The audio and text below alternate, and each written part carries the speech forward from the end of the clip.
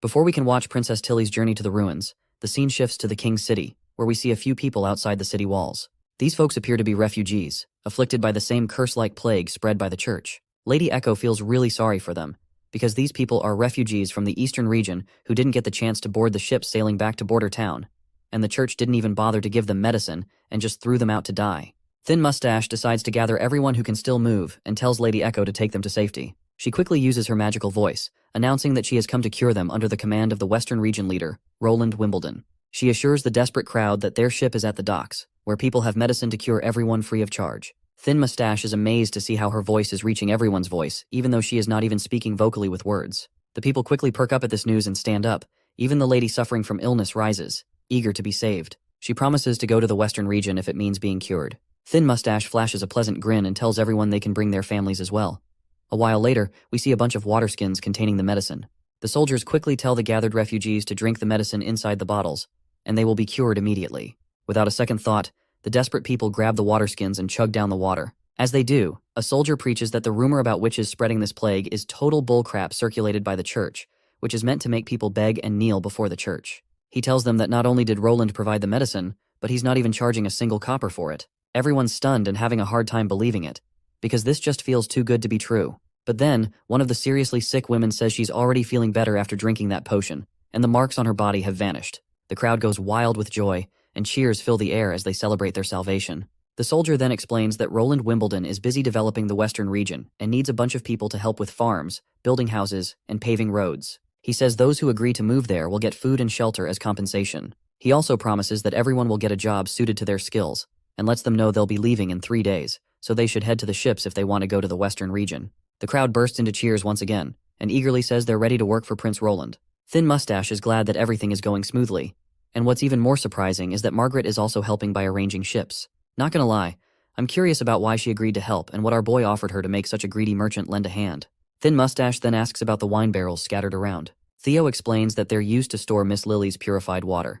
It's an easier way to get the water into the city since the walls are tightly guarded and shut to prevent mass riots by refugees. He puffs up his chest and proudly reveals that they're using the capital's side doors, which are still open for merchants, and it's all thanks to the links he has with the King's City's guards. Just then, 2 soldiers show up, and Captain Brian quickly asks them what's up. The guard reports that Miss Lightning, who's on scout duty, said someone jumped ship to escape and they're probably a rat hiding in disguise. Well, it looks like this poor rat's escape didn't go too well, and he is now getting grilled by Captain Ironaxe about who he is and who sent him. The guy quickly reveals he's not their enemy. He quickly introduces himself as Hill Fox and claims Theo knows who he is. Well, it seems like it's actually the same guy Theo met before, and back then, he was introduced as a gambler who lost everything in gambling. Right on cue, Theo shows up and fills Ironaxe in, saying that Fox is a newly recruited rat who was supposed to spread information. Theo didn't expect him to infiltrate the masses and risk getting infected, so they're curious why he'd risk his life for some intel. Fox quickly admits he's already figured out that everyone here is working for Roland Wimbledon, not Timothy. That's when Theo decides it might be best to get rid of this guy, since he knows too much and could pose a threat to their plans. However, Fox quickly insists that he's also willing to work with Roland. Ironaxe isn't buying it though. He definitely doesn't want to trust a rat who's already been working for Timothy. But Fox quickly ups the ante, declaring that he's actually an enemy of Timothy. Suddenly, a little bottle falls out of Fox's pocket, and Theo is quite startled to hear that he's actually an enemy of Timothy. Theo bends down to grab the suspicious-looking bottle, and Fox quickly claims it's the church's holy medicine, which he took from the black market for a high price. He then quickly expresses his desire to join Roland's crew, because he also wants Timothy crushed as well. Thin Mustache asks Theo what he thinks about the situation. Theo explains that when he's not sure what's true or not, he usually goes with the safest bet, which here means deciding to kill Fox. Right at that moment, Nightingale joins the scene and tells Theo to leave it to her to figure out whether Fox is lying or not, because she is a living, breathing lie detector. In a few moments, Fox spills everything from the beginning. He clarifies that he didn't go bankrupt from gambling, nor did his wife cheat on him. These are just tall tales. In fact, he used to be part of the Pigeon Hat, a circus group that performed in the capital's inner districts. The group wasn't very large, but they were a tight-knit team, and Fox met his wife during that time. After they got married, they saved enough money to buy a house in the capital. But everything was destroyed when Timothy began his witch hunt. Under his harsh rule, the patrols went nuts looking for suspects, and Fox's wife was captured on flimsy accusations of being a witch. Later, Fox thought he could bribe the prison guards to free his wife, or at least get a chance to see her. But those filthy, greedy bastards just took his money and still wouldn't let him see her. They promised he could pick her up later, but when he finally got the call, she was already a mangled corpse. From then on, Fox swore he'd get justice for his wife. But the guard responsible for her death got off with just 10 lashes, and all Fox got was a measly 3 gold royals as compensation for losing his wife. If that's not rubbing salt in the wound, I don't know what is. So, Fox's sole purpose in life became seeking revenge on Timothy. He rallied support from his friends in the circus group, and since they weren't exactly battle-hardened, they used their skills to infiltrate various underground organizations. They gathered intel on Timothy and spread it to his enemies. While doing this, he also met Theo and kept tabs on him, who was supposedly working for Timothy to get rid of refugees from the city. But Fox eventually discovered that Theo was actually working for Roland. So here he is, still tied to the chair, insisting that he's eager to join Roland if it means taking down Timothy. He's ready to spill all the juicy details he has about Timothy to make it happen. Once the guy is done speaking, Theo turns to Nightingale and asks her to take on the matter. She quickly reassures him that Fox is being truthful, and there's nothing dishonest in what he's saying. However, she's not sure if he'll actually be useful to them. While Theo is still deciding whether to keep Fox around, Fox is amazed by how Prince Roland is letting witches live and saving so many refugees. He wonders if Timothy had been as kind-hearted, his wife might still be alive. Nightingale smiles, seeing that Fox isn't put off by Roland's unusual behavior. So at the end, they decide to let him join them, and quickly untie his hands. Theo tells him to stick with him and help out around the city for now. Theo is back in the same hotel, where he bumps into Black Hammer again. The big guy is thrilled the medicine worked, saying that without it, these 2 fools he's holding would have been dead by now. The little girl thanks Theo for curing the plague, wondering if he's working with the church. Theo keeps his identity under wraps, and claims that the medicine came from higher-ups in the royalty, and the church is just spinning stories about witches causing the plague, so he wants everyone's help here to cure all of the commoners. Black Hammer perks up at this and asks if Theo's client really let them sell the medicine. Our boy Theo confirms it and explains that his client is furious with the church for deceiving the public. He's worried that if the church keeps spreading propaganda and turning all the commoners to their side, they'll end up ruling the whole kingdom. That's why Theo's client, who is our boy Roland of course, wants to cure all the city's commoners. Theo tosses out a pouch of water containing Lily's purified water, and tells the rats they can sell it for 10 silver, with 40% of the cut going to them. The guys perk up at the prospect of making some quick cash. Theo explains that he smuggled nearly 5,000 to 6,000 worth of medicine, so if they sell it all, they could make some serious money. He also points out that he knows they might try to sell the medicine at an even higher price. To drive his point home, Theo slashes his dagger across the desk and warns them that his client doesn't forgive those who try to play dirty, so they'd better steer clear of scamming others for their own gain. He also tells them not to sell the stock all at once to avoid scalping, and that it's their problem from now on. Then he asks one last time if they're up for the job. Hammer stays quiet for a moment, then grabs the dagger and confidently says he's all in. After hearing the response, Theo quickly informs him that the medicine will arrive at the inn in 2 days by sunset. The next scene takes us to the church, where people are lined up before a priest. One guy sits down over his knees and informs the priest that his whole family has caught the plague. He desperately needs the holy medicine. He explains that he got ripped off by those black market rats when he tried to buy medicine, and now all he has left to offer is a little egg. The priest takes the egg, but not before giving the guy a stern look. He tells him he'll be punished for not trusting the church and trying to buy medicine from the shady black market. Then the priest orders him to stand up, in order to seek forgiveness. The priest tells him that he'll have to devote the rest of his life to the church. The guy quickly agrees, saying he's ready to dedicate his life right away. Suddenly, another guy rushes in and tells the priest there's a report about someone smuggling the sick out of the city. The news comes as a great surprise to the priest. Shortly after, we find a priest grilling this guy Needle Eye, who claims to have even juicier news. The priest promises this man that if his information checks out, he'll be rewarded with the holy medicine for his help. Needle Eye then quickly explains that there are empty ships at the commercial river outside the city specifically for shipping the sick. What's even more blasphemous is that they have a way to cure the demonic plague. He says the soldiers had the sick drink some strange water, which made their black spots quickly vanish. These soldiers from the western region are also offering food and shelter to anyone who moves there. To make things worse, there are witches among these people. The mention of witches rattles the priest to his core, and Needle Eye confirms he even saw one flying through the air. One priest grits his teeth at this revelation, while the other asks how many people are on their side and whether Needle Eye is sure they're mercenaries employed by the merchants. Needle Eye kind of confirms it, saying they weren't wearing any armor, didn't have horses, and were armed only with wooden spears, and claims that there are probably fewer than 100 of them. The priest tosses a bottle of medicine towards Needle Eye, who after seeing his reward coming at him, quickly adds that there are also rumors this whole thing was organized by the ruler of Border Town, who's looking to develop his land. The priest gives Needle Eye props for the info, but before the poor guy can even enjoy his reward, his throat is pierced by a dagger from behind, leaving him writhing in pain, and the attacker is a shady figure in a robe. After Needle Eye is dead, the junior priest asks his senior if he really buys the stuff Needle Eye was saying. The senior priest says he'll need to check it out, but suspects there's some truth to it. He plans to put 2 scouts on the city walls to figure out what's going on. The priest gives the mission to his junior, instructing him that if there are indeed mercenaries and witches at the docks, he'll need to buy up all the medicine the rats are selling around town. He is afraid that if the people from Border Town continue spreading their cure, nobody will bow down to the church anymore. As for the witches, The priest decides to leave that task to a mysterious figure known as Faceless. It turns out Faceless is no ordinary person. When the priest tells him to return to his true form, the old man quickly transforms into a stunningly beautiful woman, radiating the undeniable beauty and grace of a witch. It seems she has a particular fondness for the priest, and assures him she'll take care of her part of the job. Back at the city walls, our party is doing a great job getting all the refugees out. Nightingale lets Lady Echo know that the operation has been a success so far, and everyone should be able to catch the ships by sunset. Lady Echo seems a bit distant. When Nightingale asks what's on her mind, she says she's just in awe. She explains that before she was sold to the capital, she went through a lot of hardships. She thought people in Grey Castle were especially cruel because she came from the deserts, but she's realizing that they're not so different from the people in Iron Sand City. In response, Nightingale reminds her that there are good people too, and points to Roland Wimbledon as a shining example. Sister Echo then asks if Nightingale really thinks the prince can change things. She believes it doesn't matter if people come from the mainland, the deserts, or if they're witches. She just wants everyone to live freely and happily. Nightingale gives her a reassuring smile and says she hopes the prince's strange inventions and weird weapons will make a difference. Lady Echo jokes about how much Nightingale trusts him, but Nightingale just smiles back. Echo shares her own faith in the prince and looks forward to seeing the southern region in peace once again. Meanwhile, Iron Axe is up on the wall. While keeping a close watch upon everyone, he can't help but notices that the rat organization is getting ready to surround them. Theo explains that this was to be expected from the start, as these underground rats are pretty lowlifes, who are not known for keeping secrets to themselves. He's sure they're keeping an eye on them under orders from someone higher up. Iron Axe just shrugs off the concern, saying he doesn't care about any random spies in their camps, but just doesn't want their medicine sales to drop. Theo reassures him that he's keeping a close eye on his crew handling the drug sales, so he won't be around to say goodbye as they head off to the border town. Captain Iron Axe gives a sweet smile and says not to worry. They'll catch up when the prince himself comes to claim the capital. As night settles in, we see that witch again, keeping an eye on the crew. She seizes her chance, lunging at one of the soldiers with a dagger.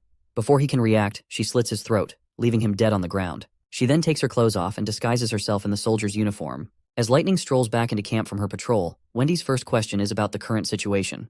Lightning reports that Iron Axe has already taken the infantry team out to tackle the rats. Lady Echo hands Lightning some water, and Lily grumbles about not having had a shower in days. All she right now wants is to go back to her house and enjoy the luxury of her bubbly home shower. Lightning almost chokes on her water and can't help but tease Lily for sounding like a spoiled elite, especially since she hates nobles. While the girls are in the middle of their banter, that witch in the guise of a common soldier barges in. She's hoping to blend in without any trouble, but Nightingale cannot be fooled so easily. She quickly appears behind the disguised witch, gun barrel pressed to her head, and demands to know who she really is. The witch tries to keep up her pretense, claiming he is Ford, just in charge of patrol. But Nightingale's not buying her crap, quickly pointing out that she's never seen a man with magic inside him before. Nightingale figures this guy isn't just any man. He's either a witch who sneaked in or a really rare male witch. Either way, she's sure he's not the Ford he claimed to be. With her cover blown, the witch decides to go on the offensive.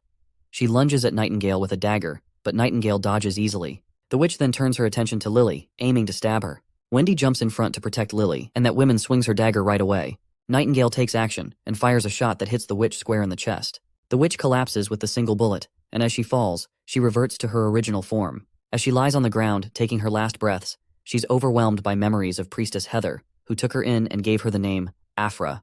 The recollection brings tears to her eyes. Meanwhile, everyone rushes to Wendy, checking if she's injured. Wendy assures them that she's completely fine, and that the dagger didn't even touch her. It turns out she was wearing some armor made by our hero, which likely saved her from a serious cut. Meanwhile, Lily is still shaken and on the verge of tears, visibly terrified from the close call. She then lashes out at Wendy, telling her not to rush into danger like that again. Wendy comforts Lily by patting her on the head, explaining that she was just caught up in the moment and jumped in front of the blade to protect her, instead of using her wind magic. While they're chatting and comforting each other, Lightning wonders why the witch attacked them in the first place. It doesn't make sense to her why a fellow witch would turn against them. Nightingale steps in and tells Lightning that this woman isn't like them. This night is the last night for everyone here before heading to the border town. And later that night, the rats tried to launch a major sneak attack. It was anticipated, and in the end, our first army had 1 soldier killed and 4 wounded in the aftermath. The muskets kept firing, and the battle ended without close combat. The rats scattered into the night, and with our party's journey due the next morning, there was no need to pursue them. The 4 wounded soldiers received first aid from Lily, and their bleeding was stopped. They also found the soldier who died at the hands of the witch in a field. He was the soldier who died far from home, so he was given a respectful burial, and everyone expressed deep respect and mourning. Because of that one loss, the First Army's debut battle on foreign soil wasn't a success, but it wasn't a failure either. With heavy hearts, everyone prepares for their journey. Back on the sea, Lady Tilly is finally venturing out on her journey with this traveler. The blonde guy explains that there are countless islands in the bay, and no one has been this close to their border before. The further east they go, the stranger the weather becomes, and the islands stay the same, so he's not sure how peculiar they might get. Princess Tilly asks if he is implying that he never had been there before, despite his reputation as a renowned explorer. Few have dared to cross Inferno Island and continue east, and this blonde is allegedly one of them. The blonde laughs it off, saying those are just exaggerated tall tales he's heard about him many times before. While lighting up his cigar, the blonde explorer explains that brave souls from the bay head east every year. It's tough to discover something new because of violent hurricanes and sudden fogs that make sailing really difficult. Meanwhile, Ash reveals in her thoughts that this great explorer went missing 2 years ago. A lot of people thought he died in an accident, but he was actually at Slumber Island. He made naval maps and set out to find other ruins. Lady Tilly has decided to work with him to explore the ruins, and ever since she is working with him, this guy has never talked about the 2 years he was missing, and Tilly hasn't mentioned it either, even though she likely knows about his past. Meanwhile, Tilly explains that the hurricanes around here are actually quite terrifying. The adventurer agrees, adding that witches are absolutely amazing. He mentions that if it hadn't been for a witch named Molly, they would have been goners. Suddenly Molly's fishing rod gets hooked, and she exclaims that there's a big fish caught on her line. The adventurer is still amazed by how Molly summoned that huge shield yesterday to protect their ship. He notes that his crew has stopped resenting witches because of it. So, in a way, the hurricane turned out to be a blessing. He reveals that he's always thought witches would make the best explorers in the world. Tilly happily states that there's already one witch who's known as the greatest explorer. The adventurer seems to agree, and it sounds like they might be talking about lightning. Meanwhile, Molly hooks another fish, and this one looks even bigger than the last. The guy standing nearby is absolutely stunned by what's about to come out of the water. As soon as Molly turns around, a weird sea monster with thousands of sharp teeth lunges at her, aiming to devour her in one gulp. But Ash is quick to act, diving in with her giant sword and slicing the monster clean in half. She tells everyone to back off, then charges forward with her sword, slashing the remaining monster with lightning speed and killing it in one swift strike. After dealing with the sea monsters, Ash checks in on Molly to make sure she's okay. Molly reassures her that she's fine. Ash then turns to the adventurer, asking about these monstrous sea creatures. The adventurer explains that these monsters are legendary sea devils. They're notorious for disguising themselves as regular fish, just so they can trick the fishermen to pull them aboard. There's a myth that if they eat humans, they grow arms, but it's all just hot air. In reality, they're known as demons. Tilly's eyes widen in shock at the mention of demons. Just then, one of the crew members notices that the fog has started to surround the area. The man, who is known as Thunder by the way, quickly shouts for everyone to lower the sails, because they're entering the phantom waters. Well, come to think of it, Lightning's dad is named Thunder too, and he's an adventurer just like her. Seems like we have finally found Lightning's father. Meanwhile, Thunder explains that as they get closer to Phantom Island, the same kind of demons they just hunted are going to pop up in even greater numbers. The fog, rocks, and other creatures make this place feel like a ghostly battlefield, which is why many explorers come here but few find the entrance to the ruins. Luckily, they don't have to worry about any of that right now, because Molly's jelly-like pet is guiding them safely. Thunder is once again amazed by how, no matter how chaotic the region gets, the pet always warns them of any danger ahead. Ash then asks if all of these islands are underwater, and Thunder confirms that they are, just like Slumber Island. However, the tide rises and falls much faster here, about once every half a month, and the speed is incredible. It's like there's a huge hole at the bottom that's sucking up all the nearby water. Thunder thinks the whole bay's wave activity is tied to this place. If they're lucky, they might see the main island popping up from the water. Princess Tilly asks why they don't just wait until the tide's all the way down, so they won't have to worry about hitting any rocks while sailing. Thunder replies that they can't wait because, when the tide goes out, they won't be able to see the Crimson Spectre River, which is the only way to get to the ruins. He points out a strange red hue in the water, and even the ladies are curious about it. Thunder explains that these are cardinal scale fish, unique to the Phantom Islands, and they'll soon see the Crimson Spectre River in its full glory. Princess Tilly lights up when she sees a huge swarm of fish. She finally gets it. The Crimson Spectre River isn't a real river at all, but just a bunch of cardinal scale fish swimming together. It makes it look like there's a crimson river below. Tilly asks why this happens. Thunder explains that it's because of the main island. Apparently, the island is shaped like a pyramid with a big hollow space inside. The fish lay their eggs there, and when the tide drops and the island starts to show up, the fish, sensing the change, go nuts and rush out. As long as they stick to the Crimson Spectre River, they'll make it to their destination. After sailing along the Crimson River for a while, the majestic Phantom Island finally comes into view, leaving everyone in awe. One of the crew guys quickly ties up the boat to a boulder. As everyone hops out, Princess Tilly asks if he's the one who set up the posts for parking the ships. Thunder explains that the posts were already here when he first found the place, and they were probably put up by whoever built the ruins. Lady Ash then asks where the ruins are, and Thunder says they're right above them, so they'll need to head up to reach them. As they walk through the spooky place, Thunder warns everyone that there are booby traps meant to keep looters out. But since the traps have been submerged for so long, he guesses they might not work anymore. The only issue is they have a long hike ahead, so they need to be careful not to run out of stamina. Princess Tilly seems pretty creeped out by the eerie pathway. Seems like Tilly isn't a fan of the dark. But luckily, Lady Ash has always had her back and is ready to guide her through the shadows once again. After crossing the narrow pathway, they finally reach a door. When they open it and step inside, they get their first look at the library from within. As Tilly starts exploring, Ash quickly tells her to stop, warning that it might be dangerous. But Thunder reassures them, saying they don't need to worry because he and his team have already explored this place before. He points out that there's nothing much in here except some stone tables and chairs, because they've already collected all the magic stones, which were scattered all over the floor, about 30 in total. Plus, other explorers have been through here too, so he's pretty sure the place has been cleaned out. But it looks like Tilly isn't giving up. She spots something secret on the wall and starts ripping it off. To everyone's amazement, she uncovers a huge magic stone embedded in the wall. Ash quickly decides to pull it out, but Lily tells him not to. Instead, she approaches the crystal, and crimson magic energy begins to radiate from it. As the energy intensifies, red energy starts bursting out of the crystal. That's when Thunder realizes that Tilly might be trying to unlock something that only witches can activate. The other crew members are completely clueless about what's happening, and before shit takes turn for the worst, Lady Ash steps in, grabs Tilly like a toddler, and starts running out of the mess. At the same time, a staircase suddenly drops down to the ground from above, supported by some sturdy chains. Thunder's mind is hit by a bolt out of the blue as he sees the staircase before his eyes, probably leading to a secret room. Everyone quickly ascends the stairs, and when they reach the top, Princess Tilly finds another stone embedded in the wall, and this one looks like an ice crystal you will find in the Everwinter Kingdom. Thunder is also amazed and points out that a stone this size could be worth a lot on the market. Tilly assures him that he'll get his share of the loot, just as they agreed. After walking around a bit more, they realize this new place is an abandoned living space. There are some books here too, but even Tilly, who's usually pretty sharp, has trouble reading them because the language is unfamiliar. She decides to take the whole treasure trove of knowledge with her, as they had planned. Thunder then checks out the telescope, but all he sees is pitch black.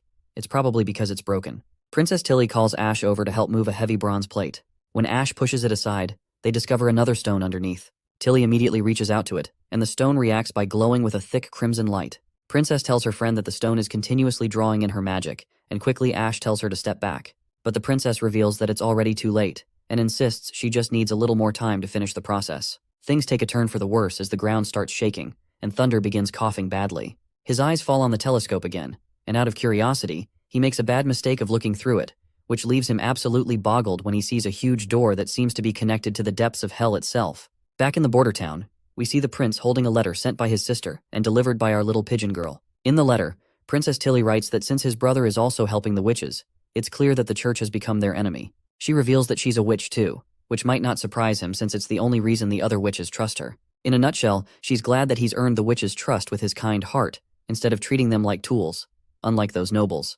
She's also excited about all the inventions he's made. As a gesture of goodwill and to build a strong relationship between both parties against the church, she's included a list of supportive witches in her letter. He can choose those he needs the most and have Maggie let her know. She also warns him she won't be sending more than 5 witches, so he'd better sort out a good transportation plan. The church is greedy, and will eventually try to take over all 4 kingdoms, so she hopes he's ready to fight them when the time comes. She'll also give full support to help push back against the church and make a world where witches aren't discriminated against. With that sweet note, that's how the letter wraps up. The prince thanks the pigeon girl for delivering the letter and tells her that lightning has already gone to the king's city with the ships and should be back in a few days. In the meantime, she can either hang out with Nana or Leaf if she wants to play, or she can take a bath and get some rest. Just as he's getting back to his work, he's jolted by a commotion outside. He's freaking out, hoping his territory isn't under attack. But when he looks outside, he sees the chemistry lab is on fire. The prince rushes to the lab, and when he gets there, the lab assistant begs him to save their teacher, who's really hurt and might not make it. Roland calms everyone down, saying he's already sent someone to help and they'll be here in a few minutes. In the meantime, he wants to check on the teacher. The old alchemist's face is badly beaten up, and both Knight Carter and the prince have a hard time swallowing their shock when they realize his injuries are from the acid released by the explosion.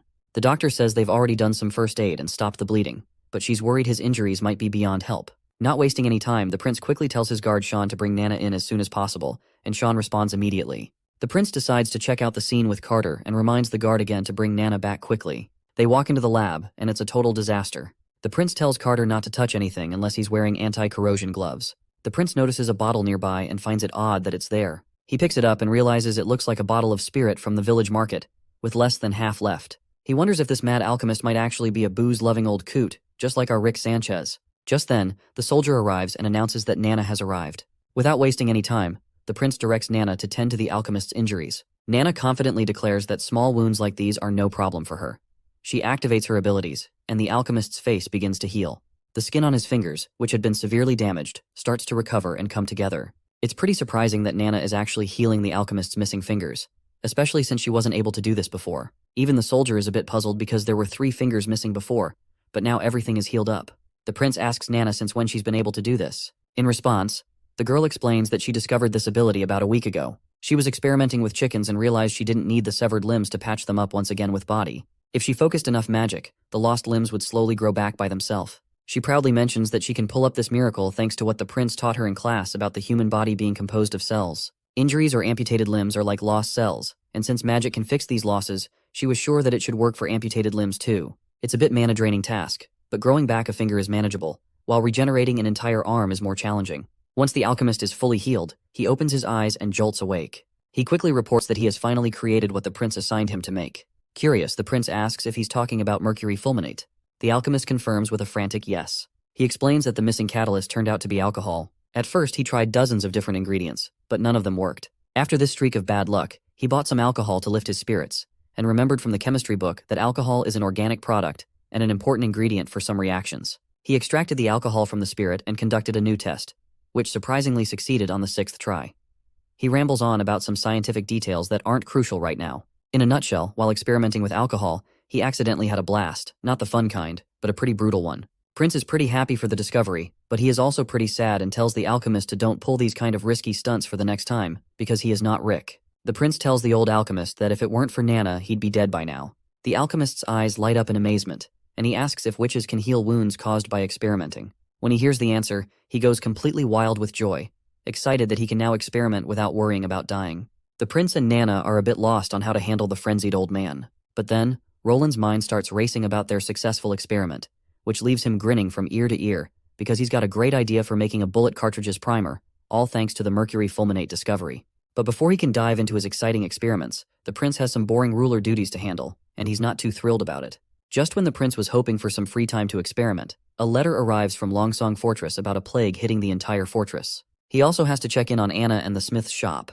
After finally managing to find some time, he sits down to respond to his sister. Meanwhile, the ships from the king's city have finally arrived. In his letter, the prince writes that he's thrilled about their alliance and is determined to destroy the church at all costs. He promises to expand his territory to allow witches to live freely, and is excited about the new witches arriving next month. He's also mapped out a safe route from the fjords to the border town to avoid the church and ensure a secure journey for the witches. He assures his sister that he'll teach the witches the basics once they arrive at the border town, and every witch who evolves will boost their chances of defeating the church. Lastly, he includes the names of the 5 witches he's picked, and hopes to see them soon. The first is Lotus, with earth formation powers. The second is Kande, specializing in state preservation. The third is Evelyn, with alcohol transmutation. The fourth is Honey, a beast handler. And the fifth is Sylvie, known as the Eye of Magic. Once he finishes the letter, he tells Nightingale to get some rest, as everyone is exhausted from the trip to Longsong Fortress to fight the plague. It seems Nightingale is still troubled by something, so the prince asks if it's about the witch she killed in the king's city. Nightingale admits that she didn't want to kill her, but the witch was radiating such intense malice that she knew the only way to stop her was to take her life. The prince reassures her, saying that shit happens, and it's not her fault. He explains that since she was raised by the church, she likely saw everyone as traitors, and changing that mindset would be extremely difficult without years of interaction. Not only that, he also gives her credit for saving Wendy's life. Nightingale nods and acknowledges that she's done her best to save her other sisters, and that's what matters to her. Seeing her resolve, the prince is fascinated that she's moved past it instead of dwelling on it. Then Nightingale tries to ask a question, and the prince asks what it is. She asks if he's been doing anything with Anna while everyone was away in the king's city. The question catches the prince off guard, and he meekly asks what she's implying. He explains that he's been busy with the refugees and hasn't had much time alone with Anna, so he hasn't been clapping with her. It seems he forgot that Nightingale can see through lies, and she isn't shy about pointing that out. Then, in a surprising move, she kisses him deeply. After their intense lip lock, she says that if the prince wants to be with Anna, she's okay with it. All she wants is to stay by his side. The prince, completely embarrassed, blushes and smiles faintly. With those final words, Nightingale begins to dissolve into her fog, leaving the prince alone. The scene shifts to Anna, who's busy prepping some mushrooms. As she's walking around, Nightingale suddenly pops up behind her. Anna offers the mushrooms to Nightingale and explains she's making snacks for the prince. Maggie picked these bird-kiss mushrooms from the misty forest today, and they're super fresh. Since the prince has been working so hard lately, she thought some snacks would be a nice treat. Anna asks if Nightingale wants to try some once she's done. Nightingale asks if Anna can show her how to make them, and Anna's all too happy to teach her. The two ladies get into their cooking groove.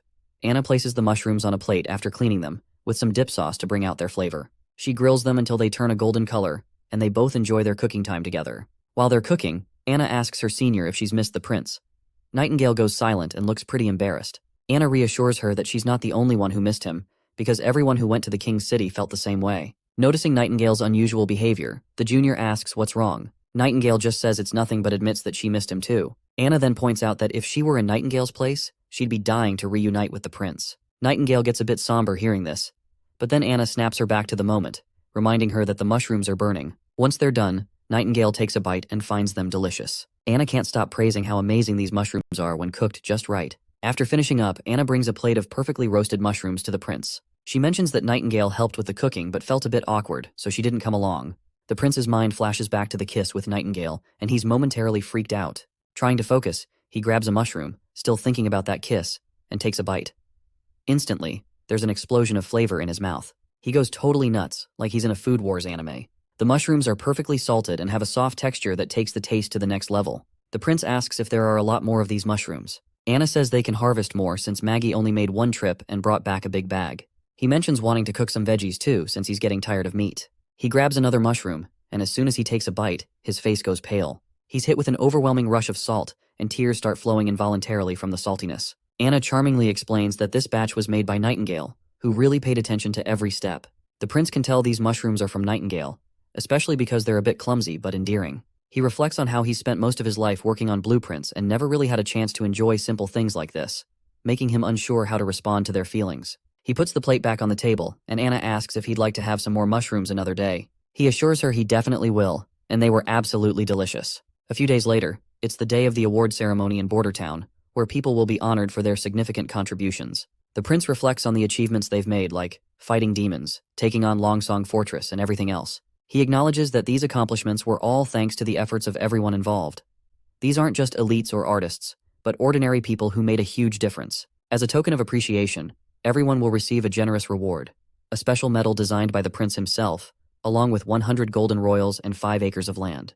The crowd bursts into cheers at the prospect of rewards, while the prince kicks off the ceremony by inviting Iron Axe, the First Army's commander, to the stage. As Sister Echo sings a beautiful song to add a special touch to the ceremony, Iron Axe seems pretty anxious in front of the whole crowd. While the prince praises Iron Axe for his successful missions, like escorting people from the king's city and other heroic acts, Iron Axe is visibly nervous. But as the medal is placed over his chest, the crowd erupts in applause and cheers once more for their commander. While barely keeping his stage fright under control, Iron Axe gives a final salute, kneeling before the prince and nervously banging his head against the floor, thanking the prince for the recognition and rewards he feels he doesn't deserve. As he walks off, Knight Carter and the old advisor notice the genuine happiness shining on Iron Axe's face. The next person called up is Kyle Sichi, the renowned mad scientist who traveled all the way from Redwater City. Everyone is surprised that someone of his stature has come to Border Town after leaving the Redwater Alchemy Center. Prince Roland explains that while Sichi didn't participate in combat, his continuous improvements in firearms played a crucial role in their victories. He also takes a moment to flex the chemistry laboratory flyer,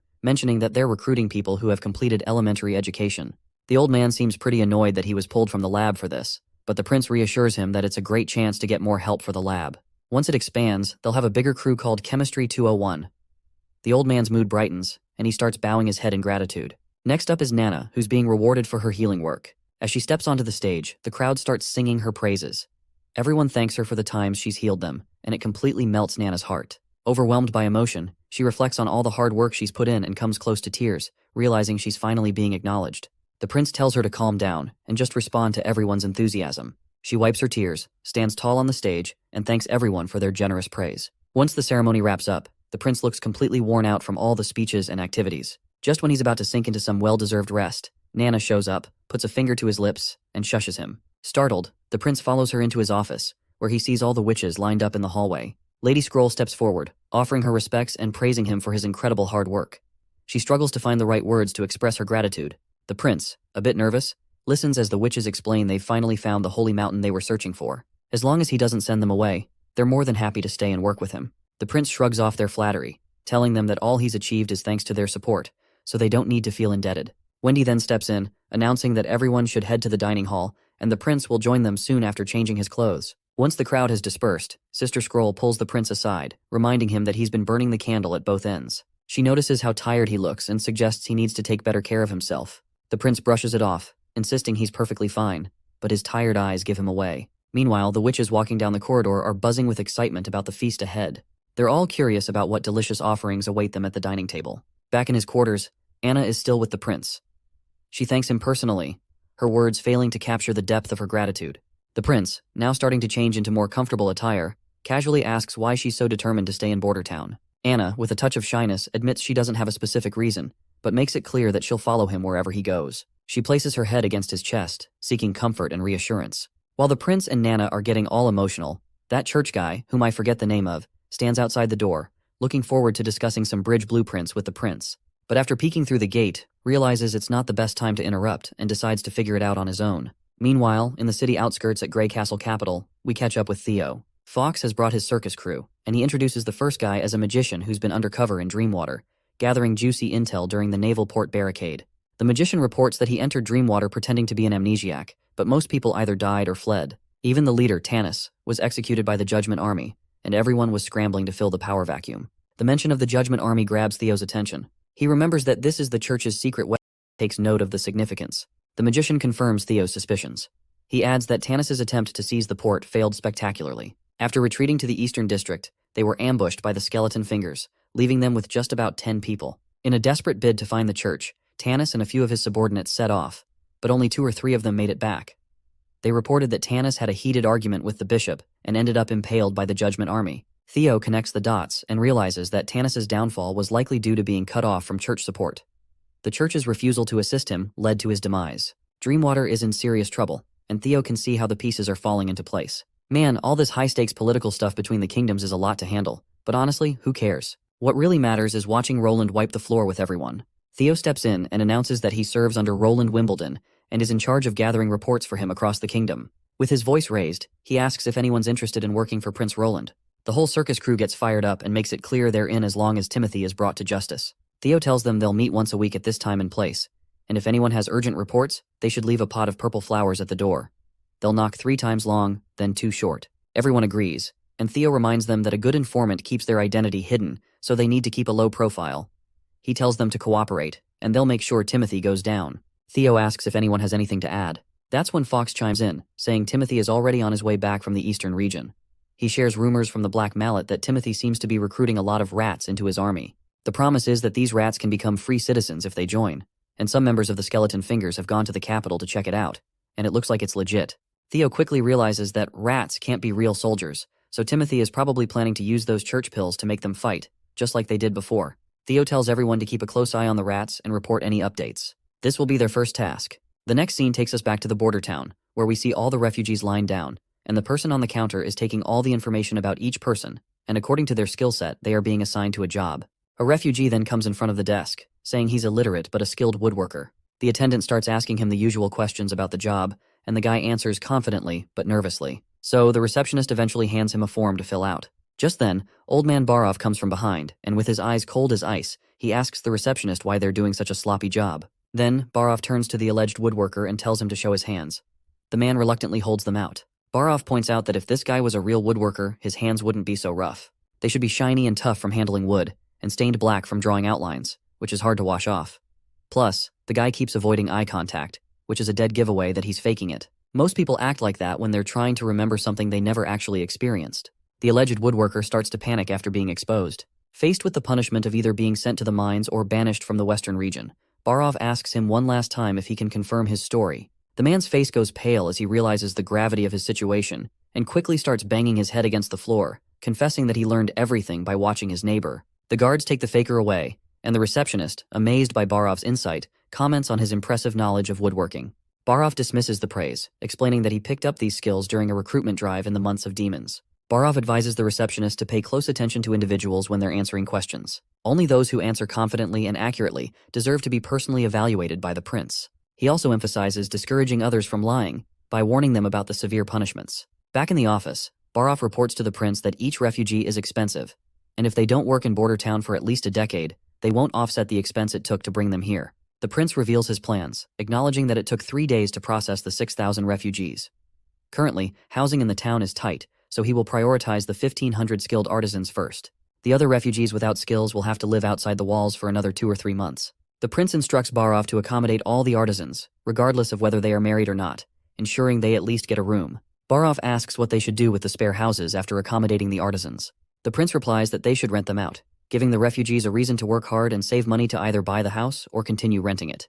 Prince then asks how many people have left since the ceremony where they introduced the witches to everyone. The old man reports that 0 native villagers and only 6 farm workers have left. Well, it seems like it's a win for our prince, noting that his plan of establishing the theater has convinced many people to accept the witches. However, the old man adds that 110 refugees have left because of their fear of witches, even though they were treated by these very witches.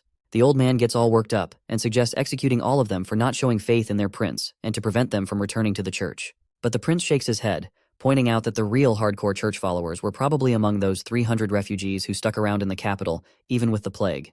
They're too stubborn to change their views on witches. All they wanted was to leave, and he is not about to start executing people just because their beliefs are outdated. The scene shifts to the gathered crowd, where the prince unveils an unexpected innovation, which is a bicycle. The core members of the castle look at the strange 2-wheeled contraption with curiosity. Knight Carter raises an eyebrow and remarks that balancing on those wheels seems tricky, and questions how it could ever replace horses. The prince just casually hops onto the bicycle and demonstrates how it works. As he pedals around, he enthusiastically explains that he plans to mass-produce these bikes. He's even called in Sister Soraya to sketch out riding positions so they can teach the townspeople. His goal is to make this new mode of transport accessible to everyone, promising that even common folk will get a taste of this luxury, and it'll cost just a couple of royals. The prince's excitement is contagious, and he's clearly eager to see the bicycles become a common sight in Border Town. Shortly after, Knight Carter decides to give the bicycle a spin himself. He's completely impressed by the sleek design and rides it around with a big grin, asking Sister Soraya if she did the drawing for his riding position. She nods proudly, and Carter's eyes widen when he sees the detailed and handsome painting of himself. As everyone enjoys their time with the new invention, Prince Roland watches with a satisfied smile. He then turns his attention back to alchemist Kyle, ready to dive into their next big project. The prince explains that he's going to need a lot more acid than the lab can currently produce. To solve this, he plans to design a chemical system that will churn out acid efficiently and in large quantities. Kyle looks puzzled, never having heard of such a system before. Roland explains that it will involve multiple reaction mechanisms, with the product flowing continuously as long as they keep feeding it the basic ingredients. Kyle's intrigued but admits it's new territory for him. He's up for the challenge and is determined to make it work. Roland also mentions his plans to expand to 3 more labs by the Redwater River next month and bring in qualified staff to keep things running smoothly. Outside, the old man takes a tumble as he tries out the bicycle for the first time. He dusts himself off, sighing and muttering about how he's getting too old for this kind of thing. Meanwhile, Prince Roland is deep in thought, mulling over the advancements in weaponry thanks to their recent breakthroughs. With the new mercuric fulminate in play, he needs large quantities of fuming nitric acid. Since his current labs can't meet the demand, he's considering asking Sister Lucia for help.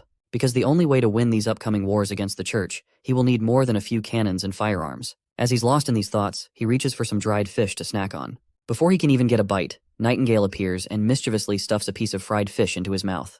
Her gesture is both unexpected and warmly received, pulling him out of his deep contemplation. The scene cuts to outside where Prince introduces himself to these little kids and congratulates them for completing their basic education and becoming the town's first graduates. The kids are ecstatic to be speaking directly with the prince, and their excitement is off the charts. He praises Karl von Bate for his significant role in their education and announces that everyone will receive a generous reward based on their performance, regardless of their career choice. The kids cheer and celebrate, thrilled at the prospect of a bright future, and start dreaming about their new salaries and the bicycles they'll soon be able to ride. They excitedly discuss applying for positions at the city hall, envisioning a better life ahead. The prince then decides to distribute the degrees, instructing everyone to come forward when their name is called. A girl playfully pushes her friend to take his degree first. The boy reluctantly steps forward, and the prince hands him his degree, congratulating him on graduating. Feeling a surge of confidence, the boy expresses his eagerness to sign up for the chemistry laboratory and follow in the footsteps of Kyle Sichi. Meanwhile, back in the Holy City, the archbishops are in a heated discussion about Roland. Priest Maine is stunned to learn that the plague the church spread was caused by microscopic demons specifically bred to be invisible. He has no idea how Roland managed to cure it, suspecting he might be using witch's magic instead of the holy medicine. They also discuss the long-range crossbows that Roland's forces have, which shoot relentlessly. Priest Maine recalls Priest Tylo mentioning these crossbows before, as he is stationed at Longsong Fortress. This revelation also sheds light on why Duke Ryan was defeated by the commoners from Border Town. The church leaders are both baffled and concerned about Roland's growing influence and capabilities. Another old man in the church is absolutely shocked to learn that their witch, known as Faceless, has been killed. He is certain that Heather will be furious when she returns from the Everwinter capital, because pure witches are extremely rare and very expensive to raise.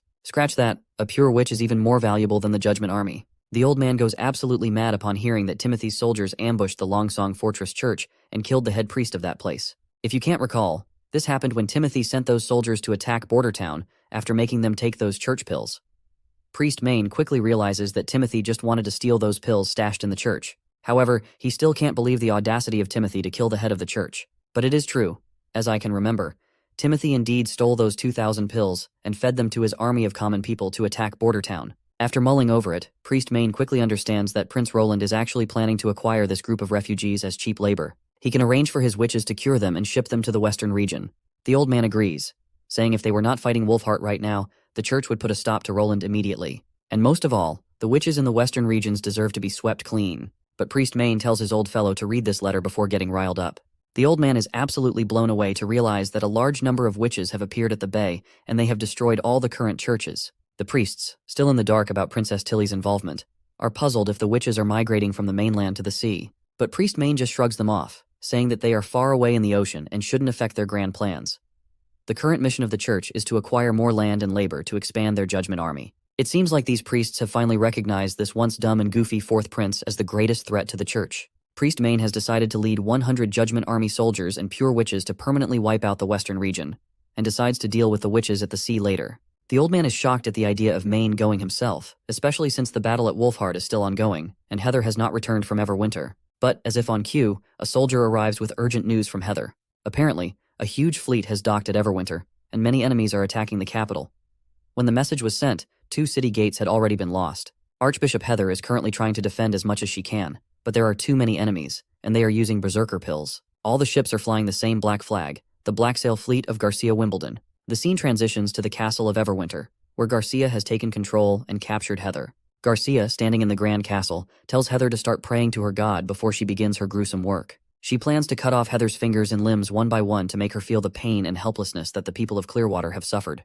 Heather, however, remains steadfast, showing no hint of fear or apprehension. She defiantly asks Garcia if she plans to curse herself with the church's wrath, or if she intends to drift at sea forever without ever docking. Garcia does not seem to like this nonsense talk and simply snaps her fingers. Right on cue, her goons pin Heather to the ground and hold her hand out.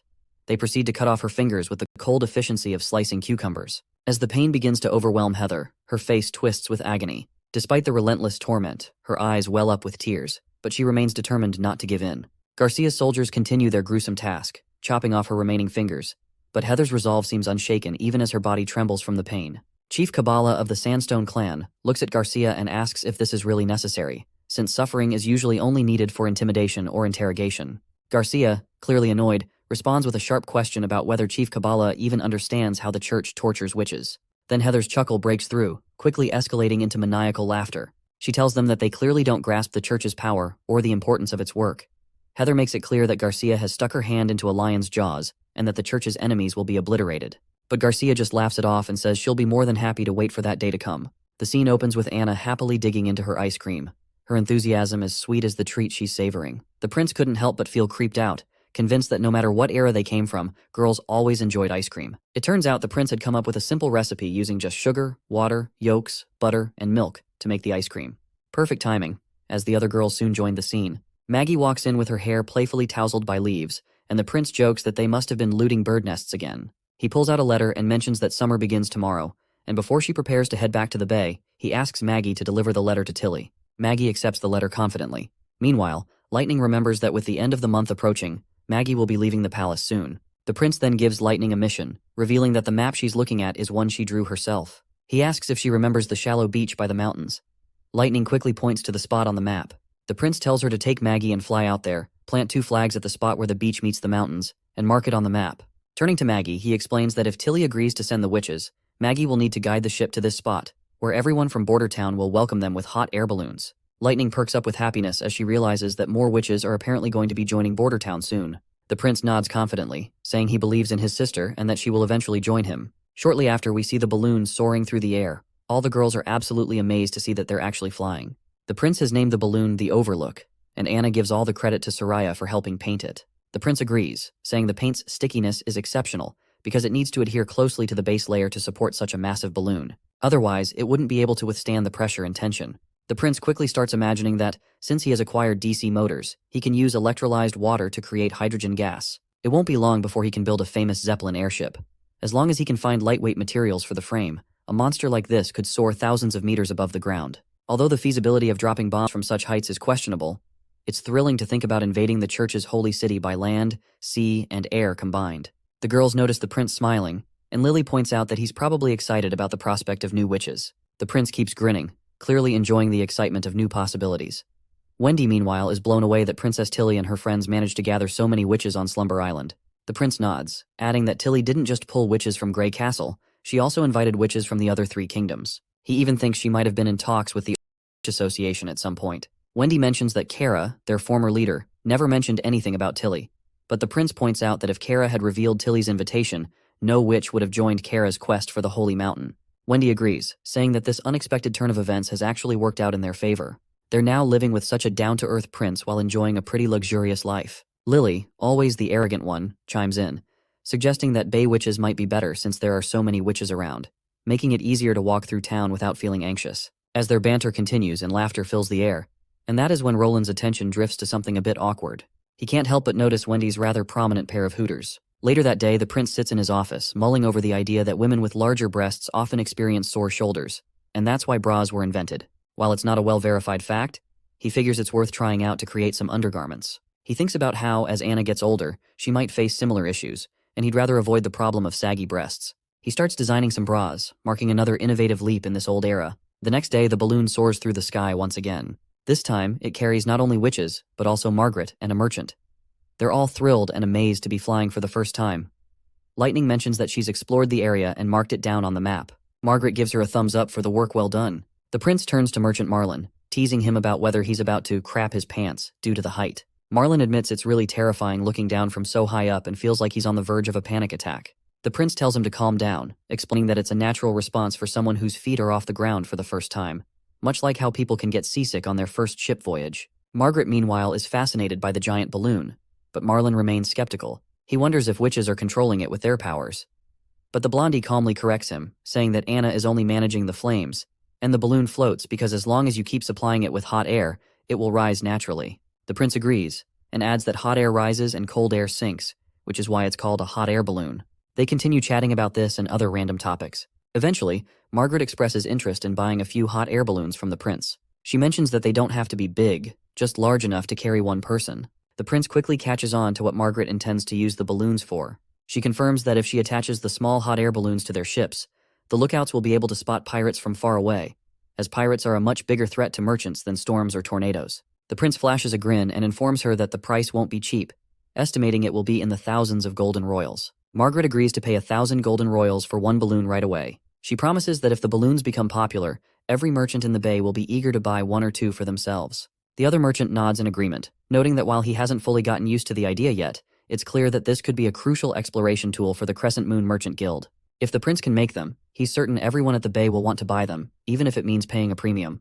The prince quickly starts calculating the potential profit, realizing that his markup is almost 500% of his estimated product cost. Plus, since he plans to use hydrogen gas to make the balloons float, customers will need to bring them back to Bordertown for refills, creating another source of income. He can almost see himself swimming in golden royals from these balloons. I remember when the entire town's budget was only a few hundred gold royals, and now he's on the brink of making thousands from just one balloon. As you can imagine, he shakes hands and quickly seals the deal. Meanwhile, back at the fjords, Ash is surprised that Roland chose one of the witches known as Sylvie. She wonders if Roland isn't worried about being exposed, given that Sylvie can easily detect lies and see through fake identities. Princess Tilly, however, is also out of the loop and speculates that perhaps Roland doesn't care about hiding his identity and just wants to work with them on honest terms. Ash then brings up another possibility. What if Roland is actually her brother? And if that's the case, he might not be worried about Sylvie's ability at all. Princess Tilly thinks it's a slim chance, though, because she knows her brother well. Roland Wimbledon would never take on the church for the witches. He's always been better at running from challenges or problems, and he even protested when the king sent him to Bordertown. Ash then asks if sending their witches to the west is really necessary. Tilly reassures her that it's perfectly fine. But Ash reminds her that Sister Lotus is one of the most important witches at Slumber Island. Without her transformation abilities, it'll be tough to fix any broken mud houses or make significant changes to the island's geography. Sister Honey is also crucial. She can command hawks to catch fish, ensuring everyone enjoys delicious seafood. Ash suggests denying the request and swapping out some less useful witches instead. That's when Princess Tilly's patience wears thin. She stands up dramatically and coldly tells Ash that she's sending the witches to Bordertown to form an alliance and won't mess up this opportunity. She reminds her that they're creating a sanctuary for all witches, and she prefers not to label anyone as useful or useless. Ash quickly drops to his knees, apologizing for questioning Princess's intentions. Tilly reminds her friend that Roland picked these witches out of hundreds, including Evelyn and Candle, who are supposedly the least useful. She asks why Roland would choose them if they were truly useless. She's confident that working with these witches will help them understand Roland's choices and how he plans to use their powers. Tilly makes it clear that the witches are not just tools and warns Ash not to say anything like that again.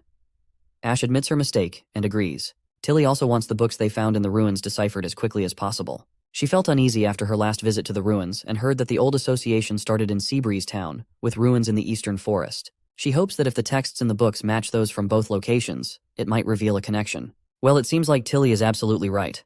The former leader of the Witch Association, Kara, had that creepy book, which she used in her quest to find the Holy Mountain, but she ended up getting killed by demons. Tilly then apologizes to Ash for scolding her so harshly. While she still doesn't agree with labeling the witches as useless, she acknowledges that if Lotus is away for too long, it will affect the island. Tilly plans to have Lotus return to the bay before winter arrives. In exchange, she will send a few battle witches to Bordertown to fend off monsters in months of demons. She is pretty sure that Ash will also go with her in Bordertown during the winter. And of course, our tall, scar-faced lady quickly agrees to tag along with Princess Tilly. After all, their relationship seems more like that of a loving couple than just comrades.